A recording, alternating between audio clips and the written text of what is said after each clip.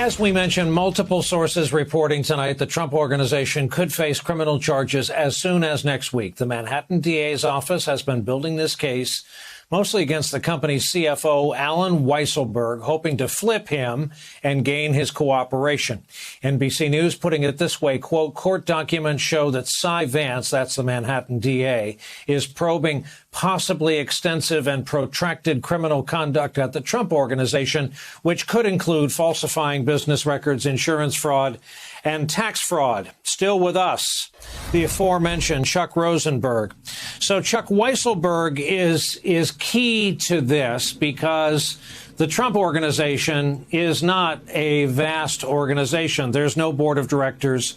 It is basically a family-run company with a lot of long-timers. Weisselberg goes back to when Trump's father ran the outfit.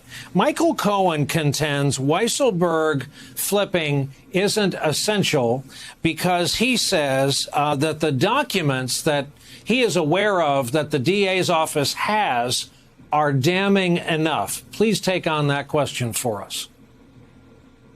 Yeah, maybe yes, Brian, and maybe not. As a prosecutor, you always like to have documents, of course. That's compelling evidence, but you need someone to breathe life into the documents. To use another cliche, you need someone to put meat on the bone. And that's why having individuals on the stand who can explain the documents, maybe who wrote the documents, who received the documents, who interpreted the documents, are so important in a criminal case. And as you described, Alan Weisselberg goes back a number of years with the Trump Organization, many years. And to another point you made, also very important, it's a small corporation. It's a small, privately held company. And so if anyone's going to know where the money is and where it went and how it went there and why it went there, it's going to be the CFO, and that's Alan Weisselberg.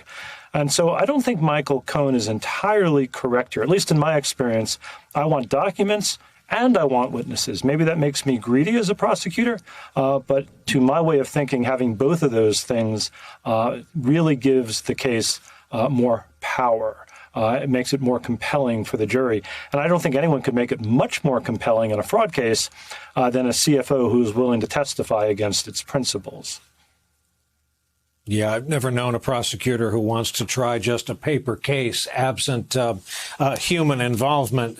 Chuck, based on the known knowns, and I guess I'm going to ask you to react to what we know because it's been leaked, do you think there's enough to flip Weisselberg? Do you think the proper pressure has been brought to bear? Yeah, hard to say in the abstract, Brian.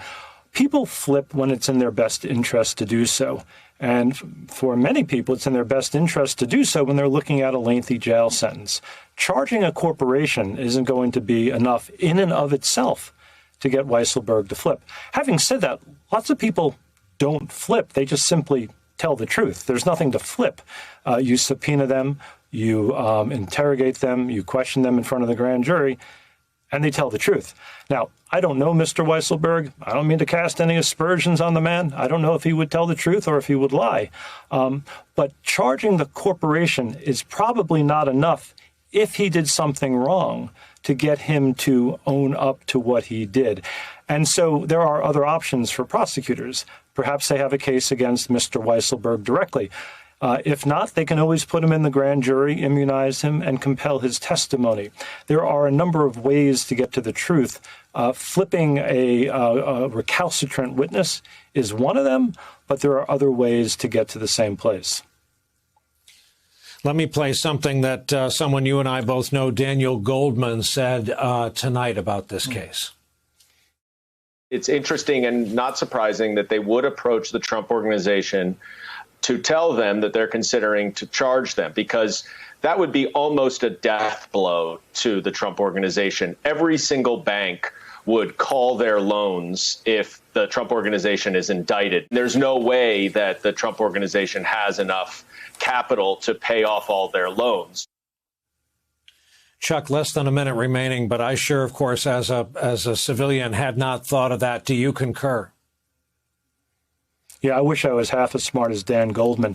Charging a corporation can be cataclysmic for the corporation. Just think about what happened to Arthur Andersen, the accounting giant, back in 2001 when it was charged as part of the Enron scandal. So, Dan is right. There's risk here if you charge the corporation. Perhaps banks call loans. Perhaps they don't extend further credit.